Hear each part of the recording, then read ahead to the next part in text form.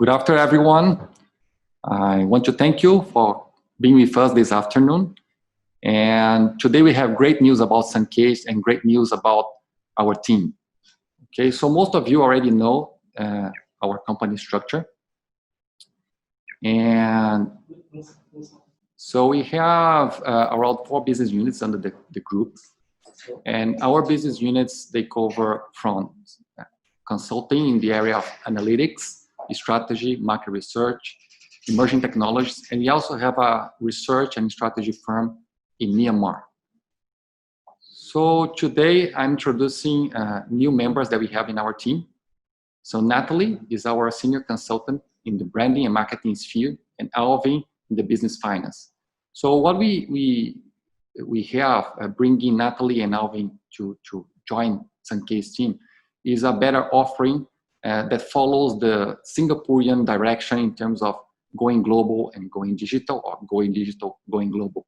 So we follow what the SMEs, they want, the direction of the government, and also the direction in terms of the opportunities that we see in the market for after the COVID times. So we have been doing a lot of operational work, strategic work, not only for our clients, but also for ourselves. And this restructuring, this growth in terms of the scope of the company and the team makes sense according to the new times that we have seen in the last few months. So to give a response to the new directions that we have, we develop a new framework that we are calling a SunCaged Go Digital and Go Global framework. So I will be explaining this framework to you now in a few minutes, and then I hand over to my team to introduce 2 very interesting topics that we are bringing you today, branding and digitalization. So what you see in this framework is our traditional internal and external assessment.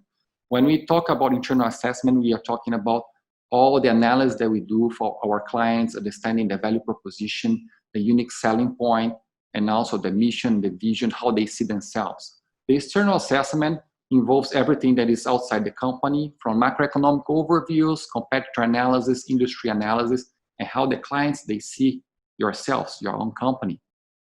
And to add on the top of that, we have all the strategic work that we have been doing in the last few years. So this is quite already common for most of you guys.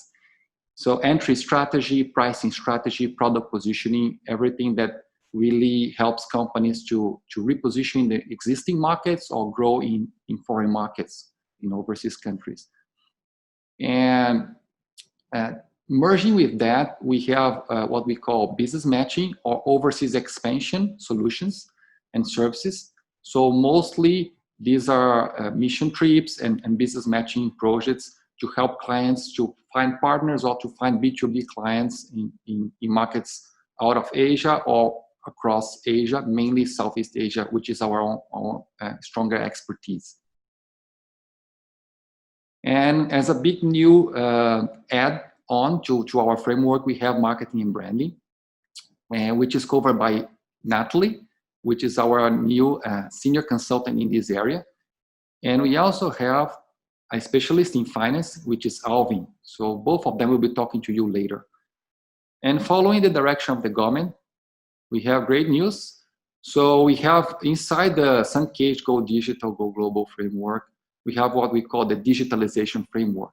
It involves the creation of digital assets and also integration with CRM, e-commerce, and ERP solutions, all to automate and make companies in Singapore more prepared to go overseas and also to work more efficiently, effectiveness, and boosting their profitability, growing their revenue streams, and also reducing their costs. So now we will be covering the marketing and branding. So we are bringing our new consultant to talk to you now about branding.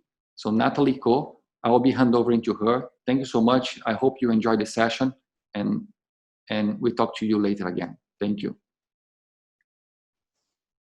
Hello, good afternoon, everyone. My name is Natalie, and today I will be covering the brand identity. It's actually the first part of this webinar, the science behind the art of sales. Just a very quick one. If you have any questions, you can actually leave it in the box, and we will be getting back to you personally via email. Right? So in today's webinar, we will be covering, firstly, why customers buy. Secondly, we will cover branding on the surface. And of course, for the last part, we will cover the developing of a strong brand identity. So let's look into why customers actually buy.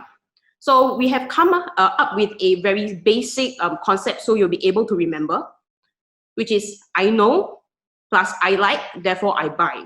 So when the customers, they know you, they would have likely heard of your brand, they would have seen your brand, or they have remembered your brand and associated the products and services to your brand, or maybe they have already used your brand before. And why do customers like your brand? They believe in your brand. They also believe in what you believe in. They relate to your brand values, and they also associate themselves to your brand. Once they know and they like you, they would buy. So during the purchase process, they will look into the ease of purchase and after sales. But for today, we will only be covering for the branding and marketing portion, mainly on the branding. So when your customers know you and they like you, mainly it's because your branding and your marketing has been done right. So for today, we'll be focusing on branding. So branding on the surface, mainly people, when they look at you, they will look you on the surface, how you portray yourself to the market. So it's like, for example, it's like a tip of the iceberg, only what people can see on the surface. So what is a brand? Brand is actually the idea or image that people have in mind when thinking about specific products, services, and activities of a company in both practical and emotional ways. Let me give you an example. Take, for instance, Volvo. So for practical and emotional ways, how Volvo, this brand, actually play is, for example, the practical aspect will be that the car provides a smooth drive. But in terms of the emotional aspect, the car prioritizes on safety while I drive my family. So with both of these two aspects, it will work towards a stronger brand. So what is branding in general? So it's actually a process that involves creating and developing a specific identity that communicates your values and delivering promises. It's just like your identity, and you have a fingerprint and how you want to show people what you're actually made of. So in terms of developing a strong brand identity, for other people to look at the image that you're portraying on the surface, it actually requires a very strong foundation, which requires some efforts invested into building this foundation. So let me give you a few examples. Maybe you can test yourself in terms of what these brands are. So if you take a look at this, everyone looks at this logo, it's golden arcs. You probably can identify it already. It is the fast food restaurant chain, McDonald's. But take a look at the logo. Even when it is separated like this, it is due to this current situation in terms of the pandemic, where they are trying to show that safe distancing is very crucial. Even when it's separated into two different arcs, you will still be able to tell that it is McDonald's. So logo also plays a very big portion in terms of these brands.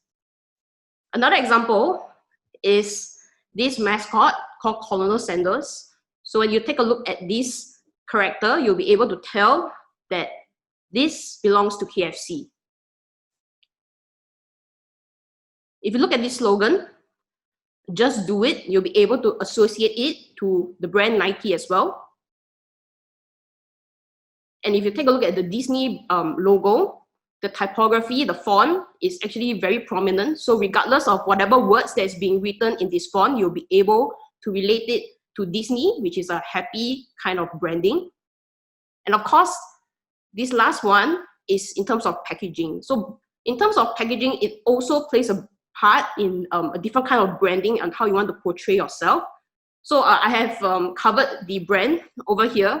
Believe you would know that it is Ferrero Rocher. So the packaging is also very unique. This is how they associate themselves. So what is brand identity? Brand identity comprises both the visual and verbal languages that a company will present to the market. And it also makes up of the components that make up the brand identity. For example, the name, the logo, like in McDonald's, the tone, the tagline, like for Nike, just do it, the fonts, like in Disney, graphic devices, photography, and packaging like Ferrero Rocher. So there are many different ways that you can actually explore the components that make up yourself. So developing a strong brand identity, first things first, you want to ask yourself a few questions. So what do we want to achieve from providing our goods and services? What are we promising to deliver to our customers? So with these two questions, you'll be able to come up with the brand purpose. So secondly, you ask yourself another two questions. So how do we stand against other industry players? Which customer segment are we targeting now and next? So with these two questions, when you're able to answer, you will come up with the brand positioning.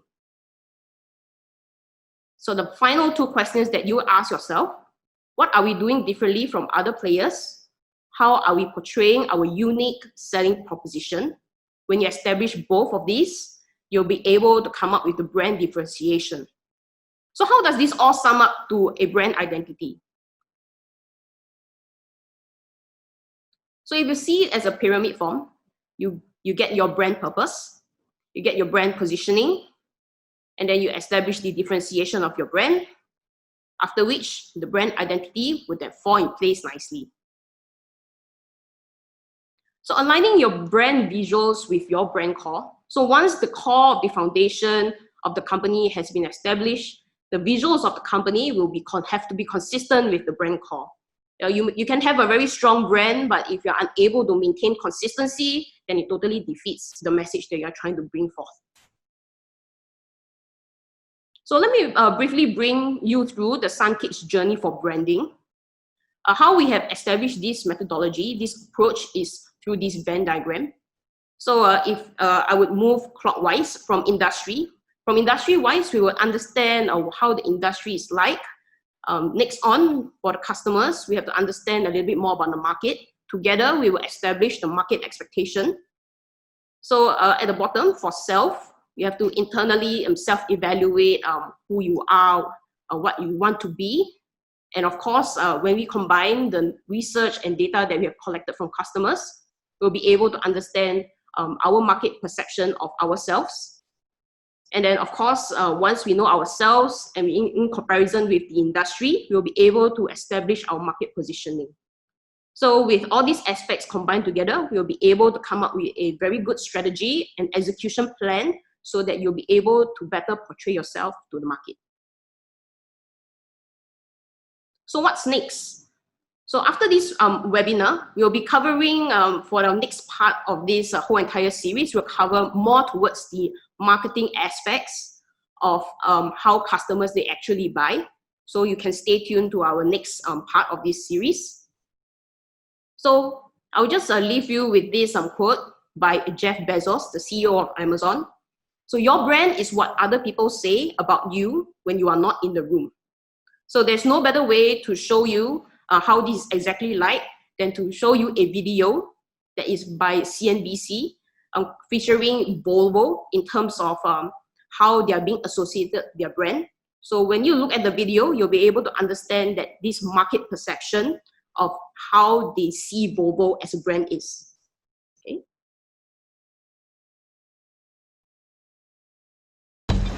So guess what pops into people's minds when you say the name Volvo in its hometown of Gothenburg? Safety, and the safe belt, and the airbags. Good quality, safety, Swedish. I always thought it were so boxy. Big cars, I'd imagine reliability, safety. I think safety, family. It's about quality and high safety. The new ones is kind of cool. Quality. And security. A real nice Swedish car with great safety. So boxy design and safety springs to mind. Boxy design might have gone, but safety remains at the forefront of what Volvo does. Volvo Cars has a very stringent vision, a Vision 2020, that nobody should be killed or seriously injured in a new Volvo car. That vision is important for us working with safety because it really tells us that It's a mindset that everybody is important. So guess what pops into people's... Hi guys, thank you Natalie for sharing with us in terms of branding. My name is Alvin, and today I'll actually be sharing with you guys more in terms of finance, accounting, and as well as how SME owners can actually move forward in terms of digitalization in their journey with us. So actually in terms of digitalization, it can be done as easy in terms of A, B, C, D, and E. And of course, over the next few slides, I'm going to bring you across what A, B, C, D, and E means. Over here, where you can see A stands for assessing, B for benefit, C for cost, D for design, and E for execute.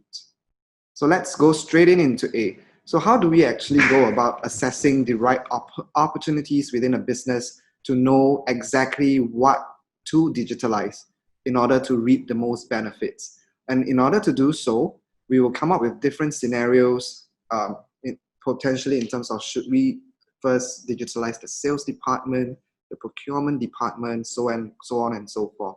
So we can actually put across out different options laid out on a table, and then moving forward, what we can do is to basically assess the benefits of each option that brings us to B, and of course then to C, assessing the cost of each option as well. And after we do all this, we can then figure out together with you guys which option is the best to go for. Of course, then by doing so, we can actually design those details together with you to ensure digitalization can work within your entity or your firm. And of course, one way to go about doing this is to definitely ensure that the technology and human aspect comes into play hand in hand together as well. Okay, and of course, the last part then over here would basically be to execute the chosen option with special focus on the development and deployment phases. So what does the development and deployment phases actually mean? So of course, when we embark together on a journey for digital transformation within your entity, we'll definitely need to be looking in terms of how we can actually further develop these automation, for instance, from version 1 to version 2, and of course, eventually moving on to version 3 and 4. So in that sense, your employee can then stay with you. You definitely save on retention cost in terms of manpower, and from an upgrading of skill sets for your employees from version 1 all the way to 2 and 3, there is an upgrade in that sense for your employees as well. And definitely that brings about some form of job satisfaction to your employees in that sense. Okay, so how do we actually go about digitalization? So over here, what you can see is basically a very simplistic digitalization matrix. I'm going to bring you clockwise from the top. We definitely will have to review the current state within your entity and identify areas that potentially can be digitalized for a start, analyze the current state, and then the state of technology you guys are actually using right now, what can then be further enhanced in terms of digitalization. And then obviously that we will definitely have to analyze in terms of the needs and the current competencies that are available within the entity or your firm itself. After we actually identify such scenarios, obviously then the next step is to identify the gaps that is in your entity, and from your current state and to what you have in mind in terms of digitalization, what kind of gap is there? How can we fix those gaps so that we can actually propel you guys forward in terms of digitalization transformation? Then of course, moving from that, to close up this gap, we will definitely have to come up with different types of steps. Step 1, step 2, step 3, how do we go about this? By coming up with a roadmap, how we can actually close these gaps to eventually reach the digitalization goal that you guys have in mind. And by doing that, we definitely have to test out different concepts, proof of concepts, which basically brings us to the third red box that you see on your bottom left, implementation and validation with technical support. By doing those, along the way, there will definitely be hiccups. So that's where we come in hand together with you to ensure that, that your digitalization roadmap together with us would eventually be a very smooth sailing one, whereby we could potentially be preempting you guys in terms of what potential hiccups might come out along the way, and we can then resolve these issues together hand in hand as well. Okay, so all in all, this is basically a very simplistic digitalization matrix that we are going to use in terms of your financials or your digital transformation journey with us. Okay, so in order to put things into a better perspective, let me give you guys a case study that I was working on together with this one of my ex-clients. So this ex-client deals with wholesale dried food, and they are mainly in the B2B business. Okay, so these are 4 different areas that I'll share across with you guys in a very generic manner.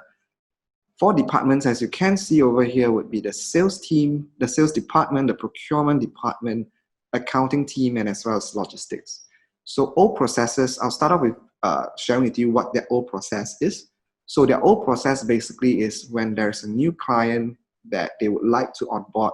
So the sales team basically scribbles down information about this new client, this new customer on a piece of paper, bring it back to the office, seek some form of approval. Once that's approved, then the salesman will take in the customer's orders that they would like to place. By doing that, they definitely have to go and check with either the logistics sites, the warehouse, or the procurement site. Hey, procurement executive or procurement manager, do we have enough goods for A, B, C, D, E? Because I have a new client that wants to buy these items. So that check of physical inventory tend to be very manual. And then if ideal situation would then be if those inventory is available, the sales executive or the salesman would then basically key such orders into the system. All right.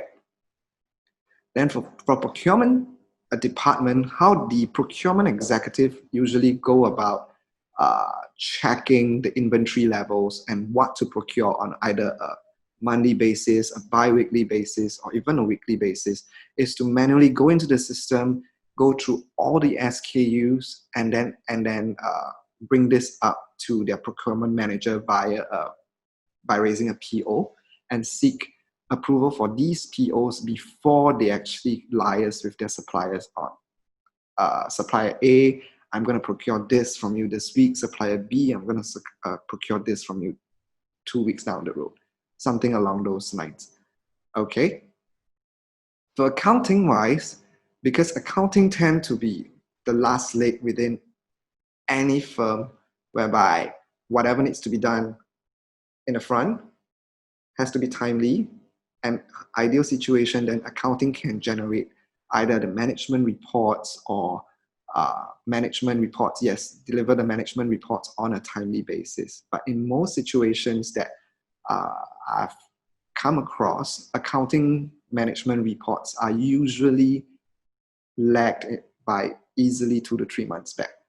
So such information, when produced, does not come about to be of good use to management, because such results are then considered already highly historical in nature.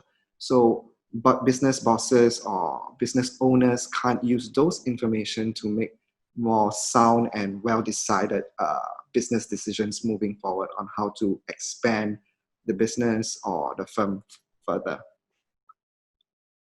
So the 4th one that I'm touching on will basically be on logistics. So warehousing, one problem that most clients face will be, how do you ensure that goods come in on a first in, first out basis, in short, FIFO?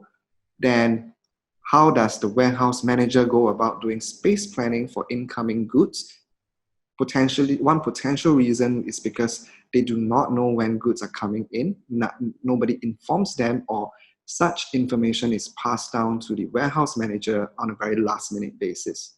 And of course, the final one that you can see here on the slide is, how does the warehouse manager ensure that incoming and outgoing stocks are highly accurate in that sense? Okay, So this, I believe most of you, either from sales to procurement to accounting or logistics, you guys potentially might face one of these problems. So how does automation basically go about helping out? So in these new processes, what automation can help you guys in your business in terms of efficiency is to ensure that, say, for example, let's start with procurement. Low inventory levels can actually be preset in your system. So the procurement executive doesn't have to go in on a weekly basis or on a more periodic basis to check 100% of your SKUs to decide what to buy or what not to buy. So from this aspect, a lot of time can actually be saved. And in terms of when, say for example, when low inventory requirements have been preset, the PO can then be automated via the system. An ideal situation would be then when a particular inventory is low in stock, it can actually trigger a notification to their suppliers like, hey, supplier A, this is low, I'm procuring directly from you. So in that sense, a lot of time can actually be saved in terms of having to liaise internally with, from the executive, say, to the procurement manager, to whoever that signs off the final approval on the purchase order, to having to liaise with your external suppliers as well. So both internally and externally, time can actually be saved, and this in turn result in a shorter lead time. So, and of course, the last one you can see here is why inventory modules can and should be made to the sales team. So by allowing your sales team to have access to inventory module, that the reason here being is that when they start onboarding new customers, they can immediately check and be able to see what kind of inventory they have readily available in their warehouse. So on the spot, when they actually check those goods that this new customer requires via potentially a new device, mobile device, say an iPad or even their mobile phones, they would then be able to tell those new clients, potential new clients, that, hey, look, I'm actually low in stock for what you actually want. Can I come back to you in a week or two should the these new stocks are available at that point in time. So in that sense, you actually start building more reputable and of course have a more pleasant customer journey in that sense. Of course, yeah. So with a mobile device, then to actually start keying your sales in, we actually eradicate the need for physical papers that the salesmen have to fill, say, when they are meeting the clients, and then bringing back to HQ to get such sale to be approved or not. Okay, so this also can then also be auto-linked to procurement when stocks are low, so that the procurement executive will know that, hey, look, this particular inventory is moving really, really fast, and potentially then we can actually relook, the procurement department then can actually relook into it and see and adjust accordingly the frequency of procurement for this particular product in that sense. Okay, so how does then this affect accounting if we actually digitalize a business? So by digitalizing a business, what happens is that this particular client that I had, only the boss knows what's going in and out of the company 100%. Why? Because potentially this group of top management gets different reports from different departments, and then they read those reports, integrate the information, and all where is such information stored? It's all stored in their head.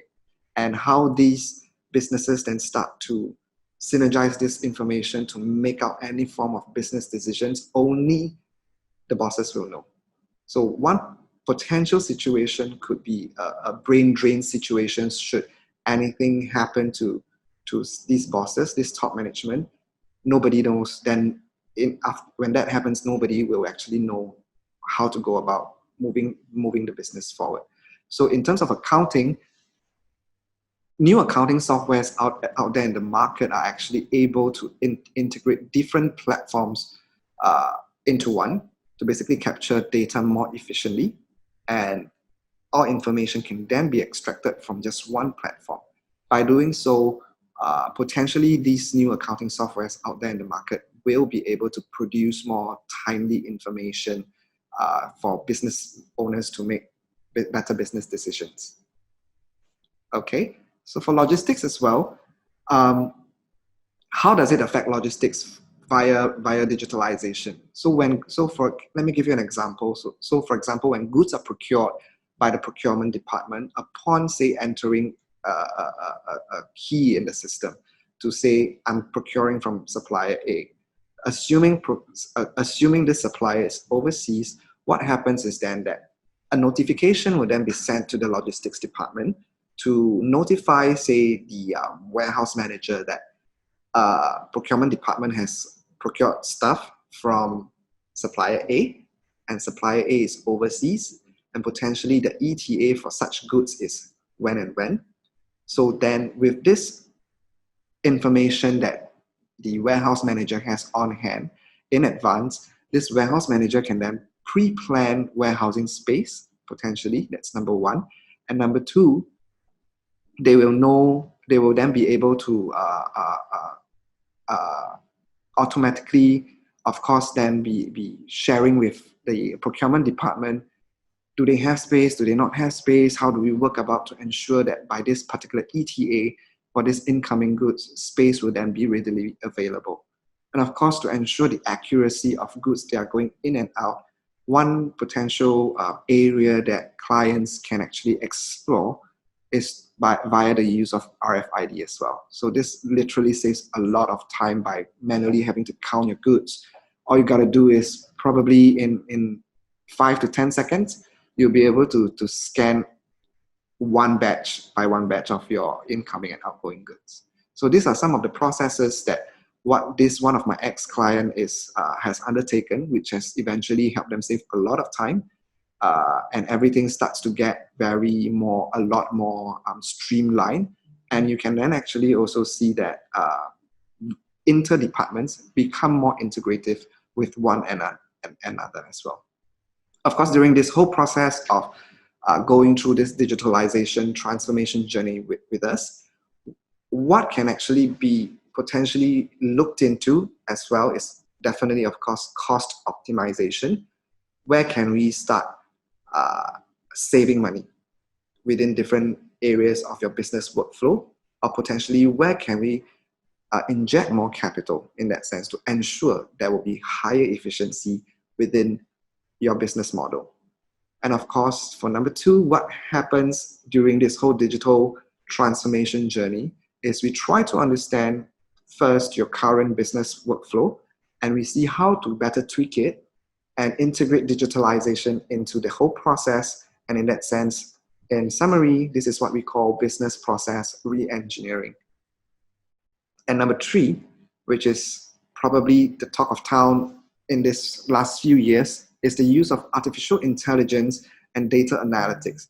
The whole idea of this is to ensure that with more data that you start to capture via digitalization, you can actually then use these data to make more sound business decisions moving forward. Should you expand your business? Should you have a new revenue stream? Should you cut a new revenue stream because it's not grossing as much margin as you would have expected? Should we expand locally? Should we expand overseas? And say if you're going to expand locally, how many additional outlets are we talking about? Or say in terms of retail, should we launch a new product line? Moving so on and so forth. So with more data being captured, the more different types of analysis can actually be done. So along the way during this digital transformation journey, these are actually three other options. These are actually three other areas we could potentially be looking into concurrently as well. Okay. So basically, if the key takeaways for this is digitalization, basically it's not as daunting as it seems for SME owners. Because one reason why SME owners feel that going on an IT automation route seems too much to handle is because potentially they don't know how to go about it, number one. Number two is, of course, definitely, if I do know how to go about it, which part should I change? and why. So that's where we come in as consultants to basically understand and work through with you, together with you, to that brings us to point number 2, understand your current business workflow, to better assess, together with you, which areas to digitalize first as a pilot test run. Should that particular area, that pilot test is successful, we can then move on to eventually digitalize your whole business if possible.